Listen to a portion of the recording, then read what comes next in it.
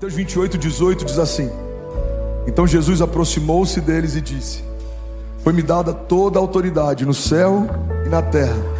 Portanto, vão e façam discípulos de todas as nações, batizando-os em nome do Pai, do Filho e do Espírito Santo, e ensinando-os a obedecer a tudo que eu lhes ordenei.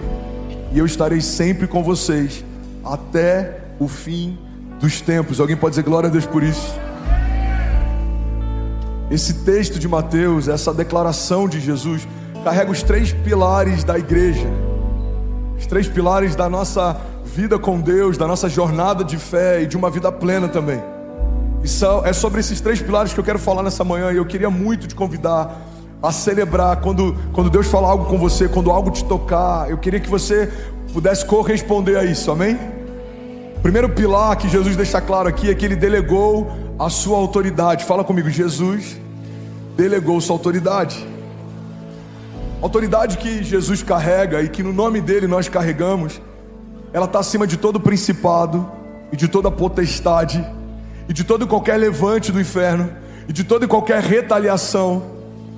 O problema é que muitas vezes nós oramos, ao invés de confessar a autoridade que carregamos, nós oramos como se estivéssemos convencendo Deus a fazer o que Ele já declarou que faria. Pai, se der, cura essa doença. Eu não queria te incomodar, mas se puder, me ajuda com essa retaliação. Deus está falando: filho, eu já expressei o que eu penso a seu respeito. Tudo que você precisa saber sobre mim ficou claro na pessoa de Jesus. Quando os principados se apresentavam, Ele dava uma palavra e eles saíam de cena. Quando as doenças se aproximavam, Ele liberava uma palavra e aquilo que era morto voltava a viver. Então, quando eu olho para Jesus, Jesus é a expressão exata de quem Deus é. A vida de Deus não divide espaço com ninguém. Se a vida de Deus entra em algum lugar, a morte precisa sair. Se a vida de Deus entra em algum lugar, a crise precisa cessar. Alguém comigo aqui, diga amém. Mas o que é de fato poder e autoridade? Elas não são uma coisa só, elas têm características diferentes. Poder está ligado ao dunamis, a um poder explosivo, a algo que gera mudanças. O poder que você carrega, a Bíblia diz que é o mesmo poder que ressuscitou Jesus Cristo dos mortos. Ele está aí dentro de você. Por mais que talvez a gente não use, não significa que Ele não exista. Por mais que algumas pessoas não saibam o que carregam, não significa que não carreguem. Irmão, isso é uma chave poderosa. Guarda isso em nome de Jesus. Eu só consigo acessar aquilo que eu tenho consciência. Tem gente que carrega promessas e não sabe, vive como se não tivesse promessas nenhuma. Tem gente que carrega poder e autoridade em Jesus e não sabe, vive como se não tivesse poder e autoridade nenhuma. A verdade é que tão importante quanto carregarmos é sabermos o que carregamos. Você carrega poder e autoridade no nome de Jesus. O poder é o dunamis, é o poder explosivo. E a autoridade, pastor, a autoridade é poder de mando. A autoridade é dizer alguma coisa e o que você disse ser respeitado. A autoridade, como é aquele centurião que era um homem de governo e de autoridade, entendia como a autoridade se movia, disse para Jesus: olha, eu digo para os meus servos para que eles possam ir e eles vão. Eu digo para que eles venham e eles vêm. Eu digo para que eles façam e eles fazem. E eu sei que você é um homem de autoridade também. Apenas diga para que o meu servo seja curado. E Jesus, ele é impactado pelo entendimento e pela fé daquele homem, porque aquele homem entendia um princípio. Alguém está comigo? Diga amém. Irmão, guarda isso. Um dos maiores desafios de uma geração que tem problemas com autoridade é saber se mover em autoridade. Vemos hoje filhos que mandam nos pais, sacerdotes que abriram mão do governo sobre as suas casas, inversão de papéis. Na minha época eu ainda peguei o finalzinho dessa época, bem no final. Mas na época dos meus pais, se alguma criança desacatasse um professor, o pai era chamado na escola. Hoje, se algum professor disciplinar uma criança, os pais chamam o professor para conversar. Então, numa geração que tem crises com a autoridade, a gente vai ter um desafio ainda maior de se mover em autoridade. Aquele centurião era um homem de autoridade, ele conhecia a autoridade, ele sabia como a autoridade funcionava. O que significa uma igreja que se move em poder e autoridade? Uma igreja que entende o que é o poder de mando. Pastor, como funciona o poder de mando? É você declarar: inferno, saia da minha casa agora, em nome de Jesus. Não há legalidade para permanecer em um lugar onde Jesus já santificou. Às vezes a gente gasta nosso tempo orando por cura, conversando, quando na verdade a gente deveria estar ordenando. Toda doença cesse em nome de Jesus. Toda enfermidade cesse em nome de Jesus. Quando o Senhor conversa com aquele profeta diante de um vale de ossos secos, ele faz uma pergunta: esse vale de ossos secos pode voltar a viver? O profeta diz: Senhor, tu sabes. E ele dá uma ordem: então abre a sua boca e profetiza. E o profeta, ele não fala o que ele pensava, porque muitas vezes a gente está gastando tempo falando o que a gente pensa, o que a gente quer, e coisas não funcionam, porque a autoridade em nome de Jesus significa profetizarmos o que Jesus profetizaria, é falarmos o que ele falaria, fazermos o que ele faria.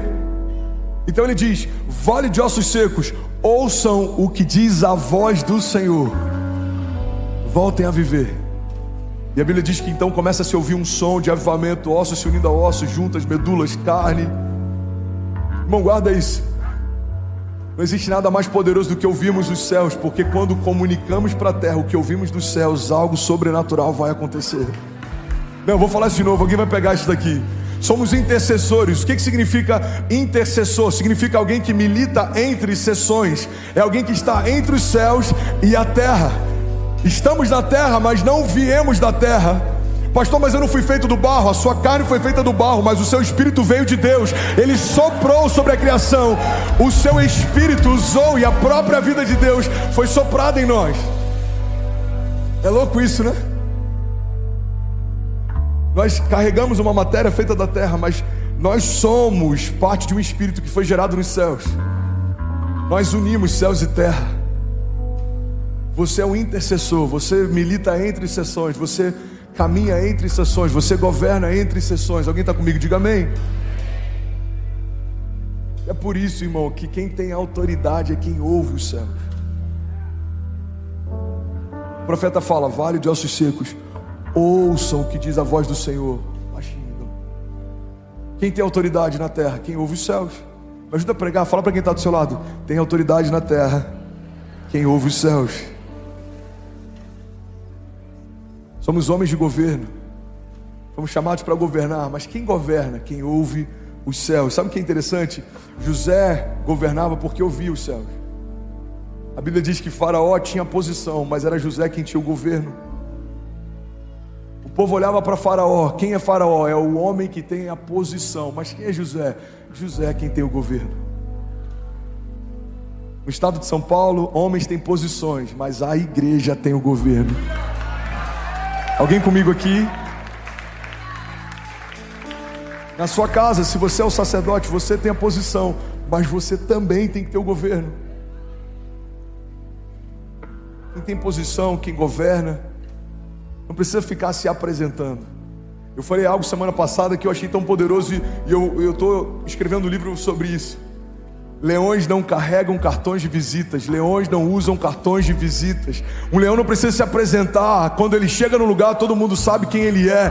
Vamos ser sinceros, a gente sabe quando alguém caminha em governo e autoridade. A gente sabe quando alguém ouve os céus. Alguém está comigo? Diga amém.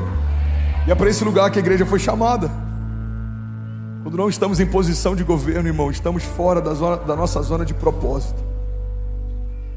A Bíblia diz em Mateus 16:19: eu lhes darei a chave do reino dos céus, e o que você ligar na terra terá sido ligado nos céus, e o que você desligar na terra terá sido desligado nos céus.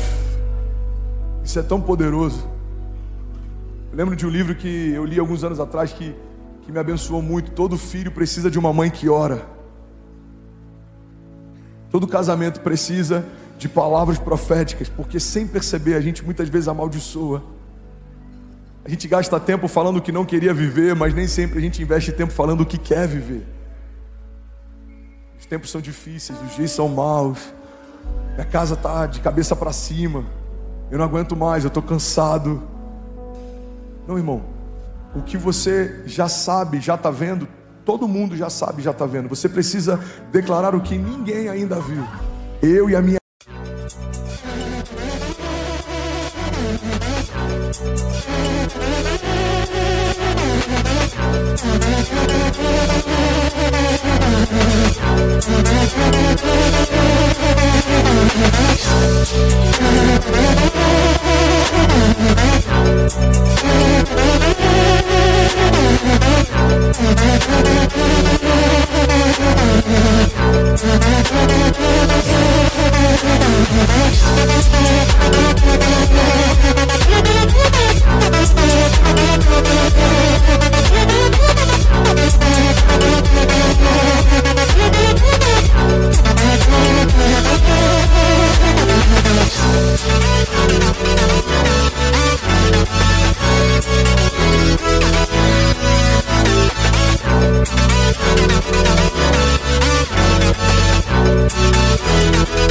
casa, somos um pedaço do céu, viveremos as promessas de Deus. Os meus filhos são como flechas liberadas sobre as nações, serão melhores que eu, serão maiores que eu, irão mais longe do que eu.